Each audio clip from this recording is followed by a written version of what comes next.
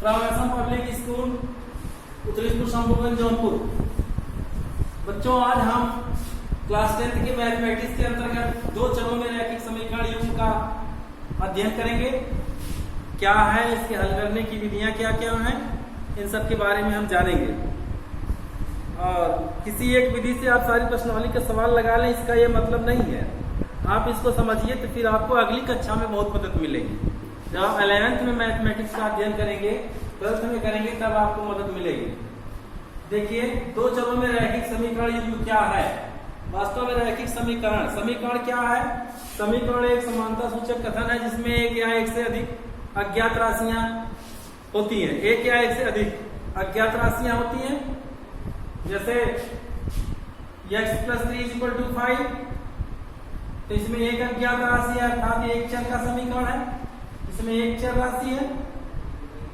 और ऐसा भी कह सकता है x² + 5x + 6 = 0, ये भी एक समीकरण है।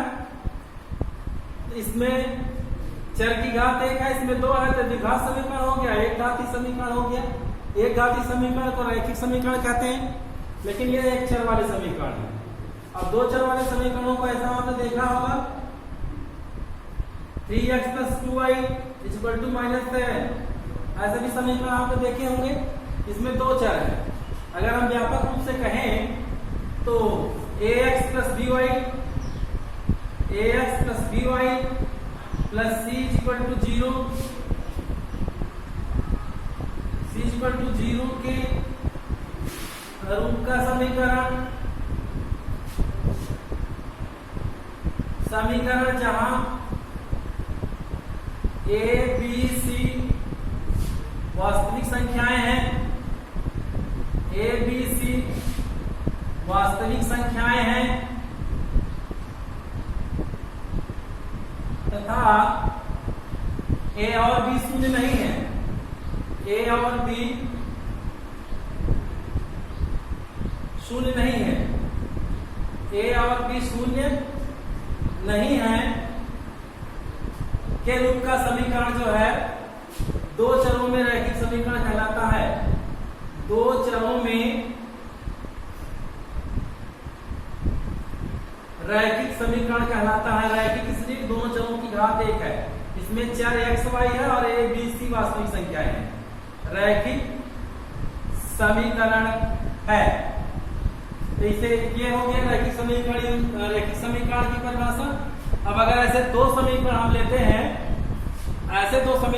हैं, जिनमें x और y के लिए ऐसा युग्म प्राप्त कर लें जो दोनों समीकरणों को संतुष्ट करे। संतुष्ट करने का मतलब, अगर उस चर का मान रखें तो बायां पक्ष और दायां पक्ष बराबर हो जाए दोनों का, तो वही दोनों युग्मों का हल हो जाएगा। वही दोनों समीकरण युग्मों का हल हो जाएगा। तो ये रैखिक समीकरण की परिभाषा है। अब दो समीकरण लेंगे तो दोनों समीकरण युग्म होंगे। जैसे अभी हम कहें, सरला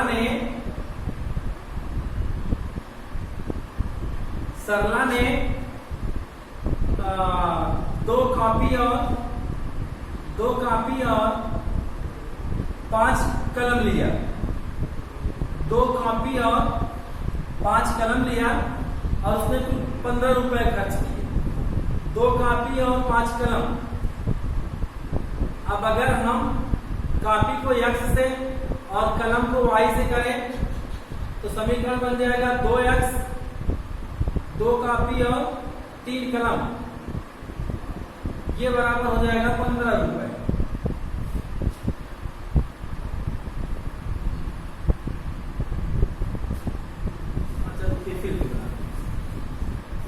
सरला ने 2 कलम और 3 कॉपी खरीदा।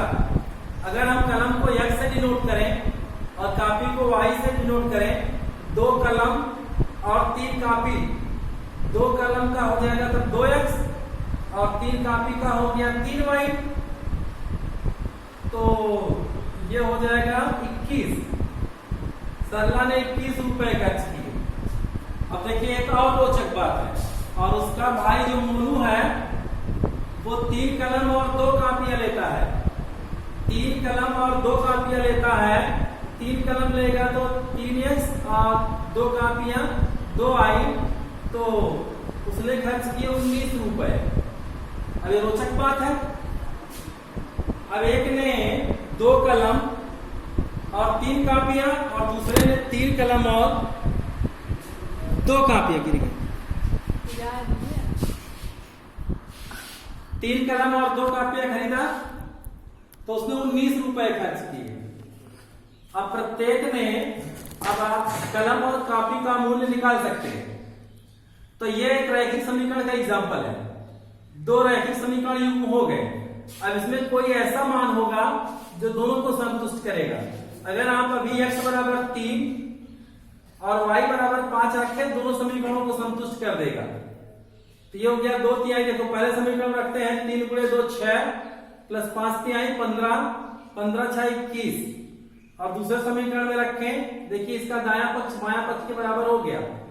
3 त्रिका 9 और 2 पचे 10 बराबर 19। आगे भी आ गया। तो ये 3 और 5 जो वैल्यू है, ये समीकरण युग्म का हल है कहलाता है। ये समीकरण युग्म का हल कहलाता है। यानी अगर हम इसका आलेख खींचे तो उस पर 3 5 एक बिंदु अवश्य स्थित होगा। तो अब समीकरण हल करने का, तो हम एक अनुमान विधि से हल कर दिए। समीकरण हल करने की कई विधियां हैं। एक है ग्राफी विधि। ग्राफी विधि जो आपको उच्च कक्षाओं में जाएंगे तो बहुत इंपॉर्टेंट होगा, इसको जरूर सीख लीजिए अगर आप आगे मैथमेटिक्स पढ़ना चाहते हैं। तो देख रहे हैं आगे बच्चों को ग्राफ में बहुत दिक्कत आ रही है, इसको आप जरूर सीखें। और दूसरी बात, इसको विलोपन विधि से हल कर सकते हैं, प्रतिस्थापन से हल कर सकते हैं, बज्र गुणन विधि से हल कर सकते हैं। इतनी विधियों से रैखिक समीकरण को हल करना है। रैखिक समीकरण बनाना, 2 चरों में रैखिक समीकरण बनाना और उसको हल करना। अब इसका ग्राफी निरूपण आप देखें कैसे करते हैं। इसका ग्राफी निरूपण कैसे करते हैं।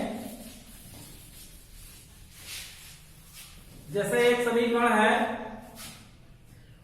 x minus 2y is equal to 3, x minus 2y is equal to 3, ये एक समीकरण हो गया। अब इसका ग्राफी निरूपण कैसे करेंगे। तो ग्राफी निरूपण के लिए हमें क्रमिक युग्म चाहिए, ऑर्डर्ड पेयर, x और y के मान से संबंधित जो दोनों पक्षों को संतुष्ट करे। उनके कितने हल होंगे इसमें देखिए।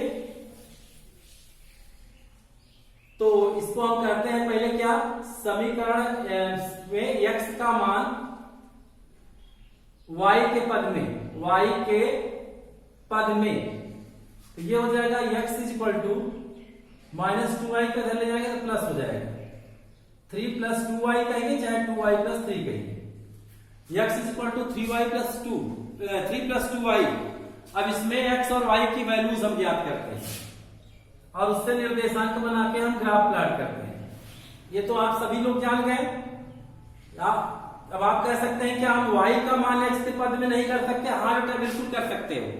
आप चाहे तो y का मान x के पद में भी कर सकते हैं। y का मान x के पद में ये हो जाएगा 2y is equal to x minus 3, y is equal to हो जाएगा x माइनस 3/2। पक्षांतर कर ले आप, y को एक तरफ कर ले, x को एक तरफ कर ले, इससे भी आप ज्ञात कर सकते हैं। अब x का मान कोई रख देंगे तो y का मान आपको कुछ प्राप्त ही होगा। तो उसके क्रमिक युग्म आप बना ले, बना करके ग्राफ प्लॉट कर ले। तो चूंकि इसमें हल नहीं था इसलिए हमने इसको कर लिया। आप चाहे तो उससे करें चाहे इससे करें। अब एक सारणी में हम x का मान रखेंगे और एक में y का मान प्राप्त करें। y का मान रखेंगे, x का मान प्राप्त करेंगे और फिर उसका क्रमिक युग्म x y निर्देशांक बनाएंगे, फिर ग्राफ प्लॉट करेंगे। तो समतल में ही निर्देशांकों के हम बिंदु प्राप्त, निर्देशांकों के सापेक्ष बिंदु प्राप्त करेंगे। अब जैसे अगर हम ले लें y बराबर 0, y बराबर 0 ले लें तो ये हो जाएगा x बराबर 3, क्योंकि y बराबर 0 लेंगे तो 3 गुण धन 2 गुणे 0 करेंगे, 2 शून्यम शून्य धन 3 बराबर 3 आ जाएगा। तो x का मान आ गया 3। और अगर y बराबर हम ले लें ऋण 1, 3 गुणे 2, 3 धन 2 गुणे ऋण 1, 2 गुणे ऋण 1 करेंगे तो ऋण 2 हो जाएगा, ऋण 2 धन 3 1 हो जाएगा। इसका मतलब हो गया कि अगर हम y बराबर ऋण 1 लेते हैं मान आ जाता है 1। तो चूंकि ये रैखिक समीकरण प्राप्त होता है, रैखिक समीकरण होता है, इसका ग्राफ एक सरल रेखा होता है। तो दो बिंदुओं से एक सरल रेखा, एक और केवल एक ही सरल रेखा जाती है, इसलिए केवल दो बिंदु ही ग्राफ के लिए पर्याप्त है अगर वो रैखिक समीकरण है। चाहे तो आप इतने बिंदु ले सकते हैं, यहाँ ऋण 1 लिए, फिर ऋण 2 ले सकते हैं, फिर ऋण 3 ले सकते हैं, ऋण 4 ले सकते हैं, 2 ले सकते हैं, 3 ले सकते हैं, 4 ले सकते हैं, 5, ये आपकी मर्जी, आप इसको लेते हैं। अब ये हो गया आपके दो समीकरण को हमने इसमें बना लिया, और चाहे तो आप और भी बना सकते हैं। तो इसका हो गया निर्देशांक 3 0 और इसका हो गया 1 -1। ये दो निर्देशांक हम लेकर के ग्राफ प्लॉट कर लेते हैं। अब देखो बेटा, यहाँ एक ये ऊर्ध्वाधर रेखा किसने, क्षैतिज रेखा की। क्षैतिज रेखा को x डैश कहते हैं, इसे x अक्ष कहते हैं, और y डैश को y अक्ष कहते हैं। अब यहाँ समान दूरी पर बिंदु ले लो, या तो फिर आप ग्राफ कॉपी ले लो, 3 4 5, उसमें पैमाना मान के आप बना सकते हैं, 1 2 3 4 5। ये तो हम फ्री हैंड स्केच कर रहे हैं, बाईं तरफ ऋणात्मक होता है, ऋण 1 ऋण 2 ऋण 3 ऋण 4 एंड so on, ऋण 1 ऋण 2 ऋण 3 ऋण 4। ऊपर चलेंगे 1 2 3 4 5, नीचे भी आ जाए -1 -2 -3 -4 एंड so on। अब पहला बिंदु हमें लेना है 3 0। ये पहला बिंदु भुज है जो x अक्ष पर चलेगा, y अक्ष से दूरी, और दूसरा कोटि है जो x अक्ष से दूरी होगी।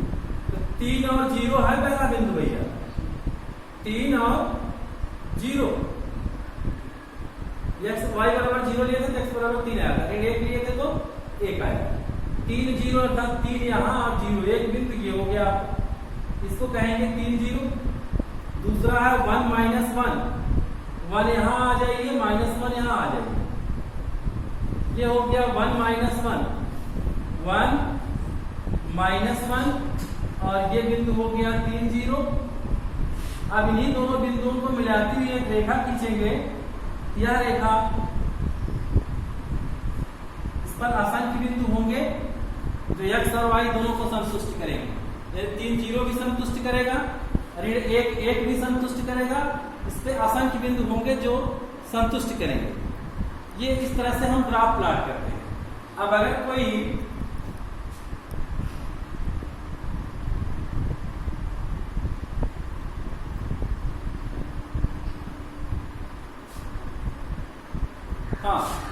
अब अगर हमें रैखिक युग्म दिया हो, तो इसी तरह से हम दूसरा समीकरण से x की वैल्यू y के पद में प्राप्त करके हम ग्राफ प्लॉट करेंगे। दोनों ग्राफ जहां प्राप्त करेंगे वह अद्वितीय हल होगा जो दोनों समीकरणों को सेटिस्फाई करेगा, जो दोनों समीकरणों को सेटिस्फाई करेगा।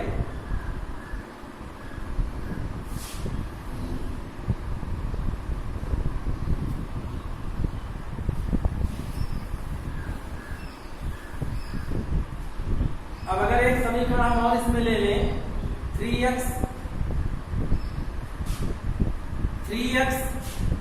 प्लस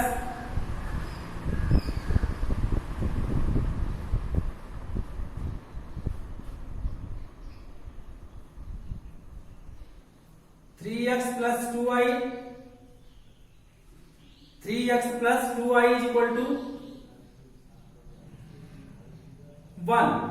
ये समीकरण 2 है। अब इससे भी अगर हम ग्राफ प्लॉट करें तो देखो हमको क्या क्या बिंदु प्राप्त होते हैं। एक ग्राफ तो हमारा ये हो गया, अब दूसरा हम और प्राप्त करते हैं समीकरण 2 से x का मान y के पद में 3x इज इक्वल टू हो जाएगा 1 माइनस 2y,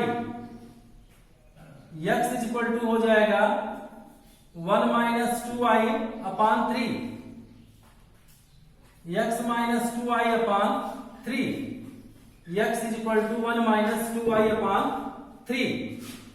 अब यहां पर अगर हम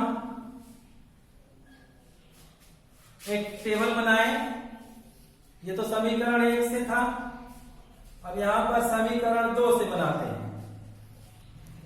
समीकरण 2 से x की वैल्यू y की वैल्यू। अब y बराबर अगर हम मान लें ऋण 1, y बराबर -1 ले लें तो -2 गुणे -1 प्लस 2 1 3/3 1 हो जाएगा ये। और अगर हम इसको ले लें y बराबर 2 ले लें, y बराबर 2 ले लें तो इसका मान आ जाएगा 2 दूनी ऋण 4 धन 1 ऋण 3/3 ऋण 3/3 अर्थात ऋण 1। x की वैल्यू आ जाएगी ऋण 1। देख लो यहां पर 1 माइनस 2 गुणे -2 बटे 3 1 माइनस 4/3 तो 1 माइनस 4 को कहेंगे -3 बराबर -1 हो जाएगा। तो यह हो गया 2 -1। इसी तरह से और भी बिंदु हम प्राप्त कर सकते हैं, जरूरी नहीं कितने। अभी हम 3 मान रख लें, 4 रख लें, 5 रख लें, 4 भी रख सकते हैं, 4 भी रख सकते हैं, -4 भी रख सकते हैं। तो इसे कई मान हम ऐसे रख सकते हैं। तो देखो बेटा, अब इससे जो ग्राफ प्लॉट करेंगे, एक बिंदु तो मेरा -1 और -1 ही होगा, 1 -1 और 1 और 2। देखो इसका ग्राफ कहां से जाता है, 1 -1 अर्थात एक बिंदु ये हो गया 1 -1, दूसरा बिंदु है 2 -1, 2 -1 माने ये। अब ये बिंदु हमें प्राप्त हो गया 2 -1, ये थर्ड से फोर्थ चतुर्थांश में आ जाएगा। अब इन दोनों बिंदुओं को मिलाती रेखा खींचेंगे तो इस तरह से हमको एक ग्राफ मिल जाएगा। अब ये दोनों कहां पर प्रतिच्छेद कर दिए, यहाँ। अब एक बात आप जान लीजिए कि दो रेखाएं एक दूसरे को किसी तल में एक और केवल एक ही बिंदु पर काट सकती हैं। वो एक अद्वितीय बिंदु होता है जहां पर दोनों रेखाएं प्रतिच्छेद करेंगी। तो यही एक अद्वितीय हल होता है जो दोनों समीकरणों को संतुष्ट करता है। यानी 1 और -1 जो है x = 1, अतः x = 1 और y = -1 इस समीकरण युग्म का हल है। इसका हल है x बराबर 1 और y बराबर -1, क्योंकि यही एक बिंदु है जहां पर प्रतिच्छेद करता है। अगर यहां नहीं करता, जहां भी करता उस बिंदु का निर्देशांक हम ज्ञात कर लेते, देख करके इसको तल को देख करके उस बिंदु का निर्देशांक ज्ञात कर लेते। उसका भुज जो है वो x का मान हो जाता और कोटि y का मान हो जाता। तो इस तरह से हम समझते हैं कि आप ग्राफ प्लॉट कर सकते हैं। आप समीकरण बनाइए और ग्राफ प्लॉट करिए। कुछ समीकरण बने बनाए ले लीजिए और उसका ग्राफ प्लॉट करके आप फेयर में आप नोट्स में भेजिए हमको, तब आगे हम दूसरी विधि बताएंगे। तो ये है ग्राफी विधि से समीकरण हल करना, ग्राफी विधि से समीकरण को हल करना। तो एक है ये जिसमें आपका 3.1 में केवल ग्राफ प्लॉट करना है, 3 सवाल है। इसका आप समीकरण बनाना, नहीं आएगा तो फिर हमसे पूछ लेना। आप गाइड से कुंजी से मत लगाना।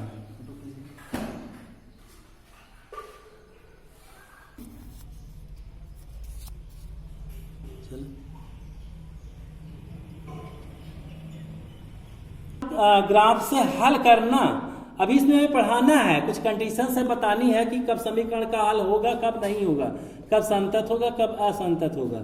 तो इसको अभी पढ़ाएंगे हम, लेकिन आपको प्रैक्टिस के लिए कह रहे हैं कि आप कम से कम 3 4 5 ऐसे युग्म ले लेना समीकरण को और ग्राफ खींच करके उनके हल ज्ञात करना, देखना क्या आता है। गलत तो चाहे सही, घबराना नहीं।